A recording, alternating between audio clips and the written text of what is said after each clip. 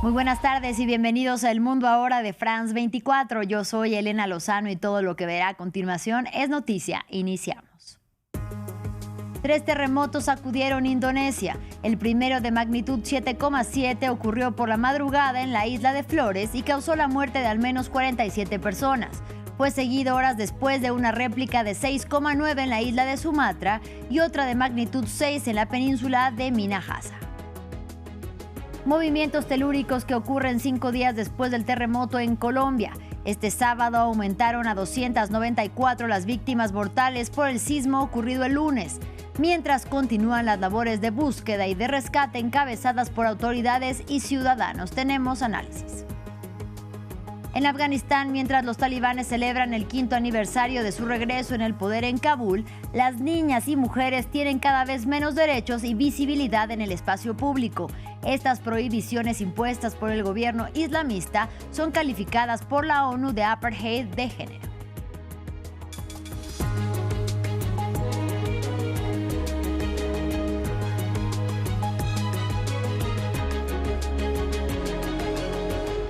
Iniciamos en Asia. El archipiélago de Indonesia fue sacudido por 3 potentes terremotos en menos de 24 horas. Un primer sismo de magnitud 7,7 tuvo como epicentro la costa de la isla de Flores y dejó al menos 47 muertos. Fue seguido horas después de un segundo temblor y de 6,9 en la isla de Sumatra y posteriormente uno de magnitud 6 en la península de Minahasa. Mientras los rescatistas buscan en los escombros, el alcance total de los daños aún está siendo evaluado. Ampliamos a continuación. Entre los escombros, los equipos de rescate desplegados buscan el más mínimo signo de vida. Tras el potente terremoto de magnitud 7,7 que sacudió el sábado por la mañana el este de Indonesia. Y para algunas familias, las búsquedas se han convertido en una tragedia. Hemos encontrado a 3 personas, una ha fallecido y las otras 2 están gravemente heridas. Todavía estamos a la espera del balance de víctimas en las demás zonas. El epicentro del terremoto se encuentra a unos 60 kilómetros de la ciudad de Ende, en la provincia de Nusa Tenggara Oriental. Se han producido decenas de réplicas. Las autoridades indonesias emitieron inicialmente una alerta de tsunami en algunas zonas, antes de levantarla. Esto no impidió que miles de habitantes de las costas fueran evacuados, por temor a una subida del nivel del mar. Las sacudidas fueron fuertes, así que todos salimos corriendo. Algunas personas aún dormían y se despertaron sobresaltadas. Salieron en medio de la confusión. Para un país acostumbrado a los temblores sísmicos, se trata de un nuevo recordatorio del peligro omnipresente. El archipiélago de Indonesia, con sus más de 17.000 islas, está situado sobre la falla geológica del Cinturón de Fuego del Pacífico. En 2018, varios terremotos se cobraron numerosas víctimas mortales, sobre todo en Palu, donde murieron más de 2.000 personas. En 2004, Indonesia sufrió una de las peores catástrofes sísmicas de su historia. Un terremoto que provocó un tsunami y causó la muerte de 170.000 personas en el país. Estos movimientos telúricos ocurren 5 días después del terremoto de magnitud 7,4 que azotó a Colombia y causó la muerte de al menos 294 personas. En Cali, una de las ciudades más golpeadas del país sudamericano, se extienden las labores de búsqueda y de rescate. Desde ahí nos amplía María Clara Calle, una de nuestras enviadas especiales. Al 5º día del terremoto en Colombia, siguen rescatando a personas en Cali. Estamos en el edificio Vanessa, ubicado en el sur de la ciudad. Anoche aquí pudieron rescatar a una persona muerta. Y por ahora los equipos de rescate nos confirman que han visto por lo menos 2 personas más entre los escombros. Sin embargo, solo se sabrá si están vivas o muertas una vez las puedan recuperar. ¿Cómo hacen todo esto? Utilizan equipos de ultrasonido capaces de detectar los sonidos provocados por movimientos. También están utilizando drones térmicos para detectar si hay calor de personas vivas y también usan perros de rescate. Estos caninos tienen distintas posibilidades. Hay unos entrenados para detectar a personas vivas y otros para detectar a personas muertas. En medio de todo esto, la angustia de los familiares permanece. Desde el lunes, el día del terremoto, aquí hay seres queridos acampando enfrente del edificio, esperando saber si sus familiares son sacados atacados o no. Incluso la desinformación ha corrido. Los equipos de rescate se reunieron esta mañana con ellos para intentarle aclarar qué era lo que se conocía. Pues han llegado falsas informaciones de que sacaron personas con vida de aquí y que habían sido trasladadas a clínicas, algo que es falso. Y también hay desinformación de que las labores de búsqueda ya van a cesar. Esta mentira se aumentó porque los equipos de rescate internacionales se ausentaron durante un par de horas. Aquí están los topos de México, también brigadistas de Israel y de Estados Unidos. Sin embargo, desde la alcaldía de Cali nos confirmaron que las labores de búsqueda y rescate continúan. La intención es rescatar a todas las personas que permanecen bajo los escombros.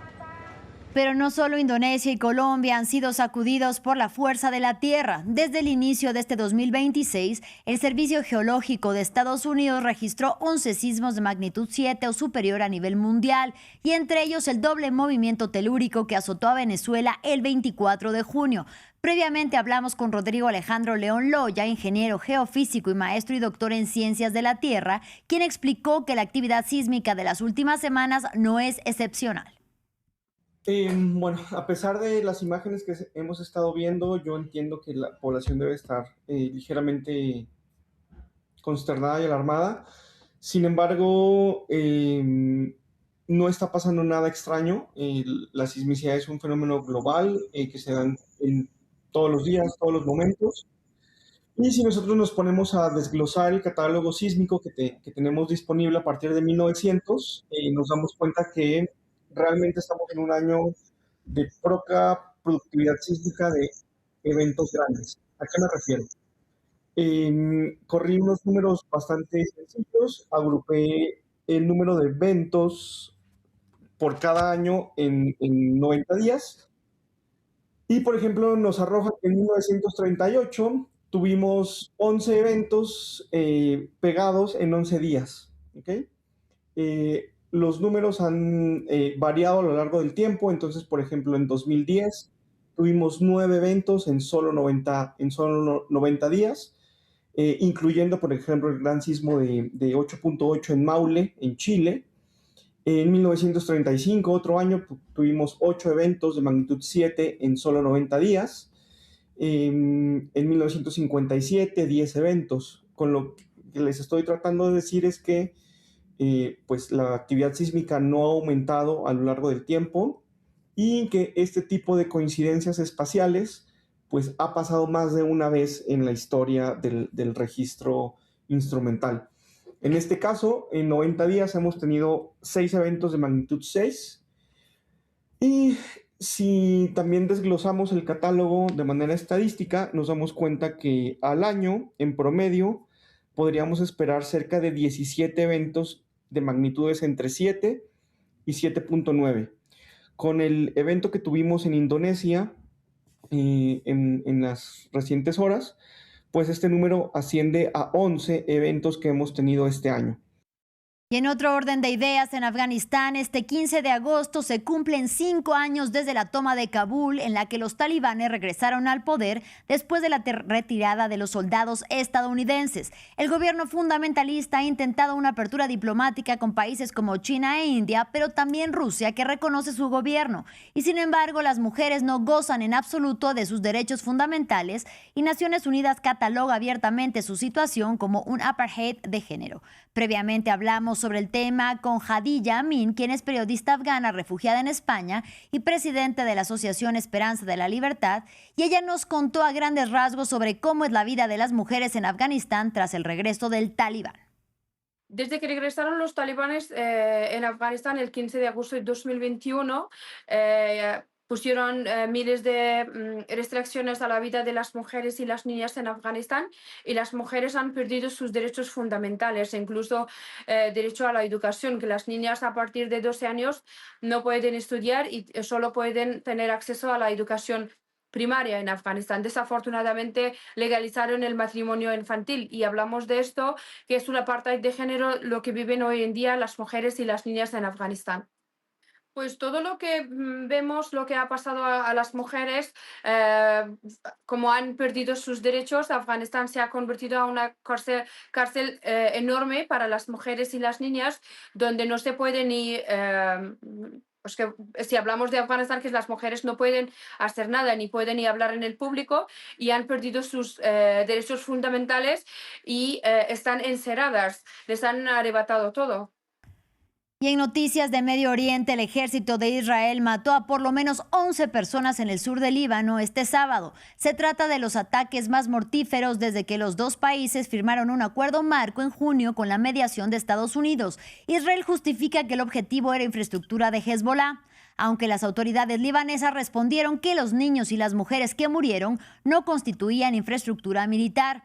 Mientras la milicia islamista libanesa indicó que Israel recibirá una respuesta según su versión apropiada. Hugo Caro Jiménez con los detalles. Una vez más, el fuego israelí impacta el país de los cedros. El ejército de Israel atacó nuevamente el sur del Líbano, dejando sin vida a varias personas en la aldea de Ansar, entre ellas al menos 3 niños.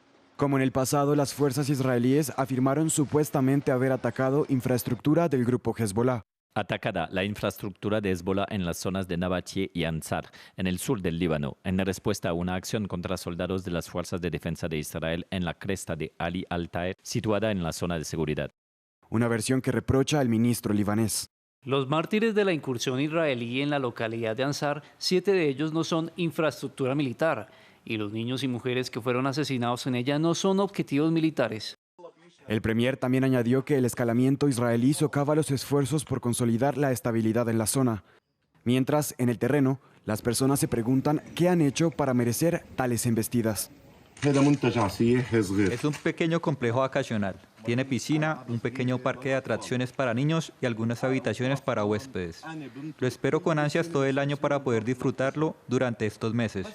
Quiero que todo el mundo árabe escuche esto. ¿Qué tengo yo aquí para merecer esto? El presidente libanés Joseph Aoun aseguró que los ataques israelíes envían un claro mensaje para las negociaciones. Por su parte, la milicia chiita indicó que Israel recibirá, según sus palabras, una respuesta apropiada. La semana pasada terminó sin avances significativos la 7ª ronda de diálogos entre las partes libanesa e israelí, que buscaba materializar una tregua duradera. Lo ocurrido este sábado constituye la jornada más mortífera desde que Beirut acordó un marco de paz con su vecino en junio pasado, luego de que Israel invadiera el sur libanés a inicios de este año en medio de su guerra con Hezbollah. Y en más noticias, este sábado más de un centenar de migrantes intentaron cruzar desde Marruecos hacia Ceuta. Las fuerzas marroquíes dispersaron a las personas y reforzaron la seguridad del cruce fronterizo, lo mismo que hicieron las autoridades españolas en el enclave. Y todo esto ocurre apenas unas semanas después de la llegada masiva de más de 72,000 personas a Ceuta. Una crisis que dividió a la Unión Europea y que alimentó el discurso anti-inmigración. Aquí los detalles. Un nuevo capítulo en la crisis migratoria de Ceuta. Este sábado, más de un centenar de migrantes intentó cruzar la frontera de Marruecos hacia el enclave español. Las fuerzas de seguridad marroquíes dispersaron a las personas que corrían en dirección al cruce fronterizo que separa los dos territorios. Una situación para la que ya estaban preparadas las autoridades de Marruecos, ya que previamente habían circulado mensajes en redes sociales animando a los migrantes a cruzar la frontera. Los efectivos marroquíes indicaron haber interceptado a por lo menos 111 personas y detenido a más de 60 por incitar la migración irregular. Este estudiante marroquí describe el panorama. Huyen por mar y llegan a lugares que no son suyos. Vienen de otros países bajo este calor abrasador. Incluso las autoridades y nuestros policías están luchando contra el sol y el hambre esta mañana con sus uniformes puestos. De los migrantes interceptados este sábado, al menos 109 provienen del África subsahariana. Se trata de una situación que tensiona nuevamente la región. El terreno de esta montaña es difícil. Algunas personas se han desmayado y otras se han caído y han sido atropelladas. Es muy lamentable. No deseaba que esto sucediera. Rezamos por nuestra seguridad. Del otro lado, las autoridades españolas también reforzaron la seguridad de su frontera. Esto ocurre solo unas semanas después de la llegada masiva de más de 70,000 migrantes a Ceuta a finales de julio. Si bien la mayoría regresó voluntariamente a Marruecos poco después, por lo menos 96 personas perdieron la vida intentando llegar al enclave español. La crisis alimentó la retórica anti-inmigración y una serie de discursos de odio contra los migrantes. Y finalizamos con noticias deportivas. Una de las estrellas de la selección española de fútbol llegará a la capital francesa. El Club Barcelona hizo oficial este sábado el traspaso de Ferran Torres al Paris Saint-Germain. Por el autor del gol que dio el triunfo a la Roja en la final del Mundial de Fútbol de Norteamérica ante Argentina, el PSG pagará unos 50 millones de euros. El delantero firmó un contrato de 5 temporadas con el vigente ganador de la Liga de Campeones, entrenado por el técnico español Luis Enrique. Así llegamos al final de este espacio informativo. Gracias por su compañía y hasta la próxima.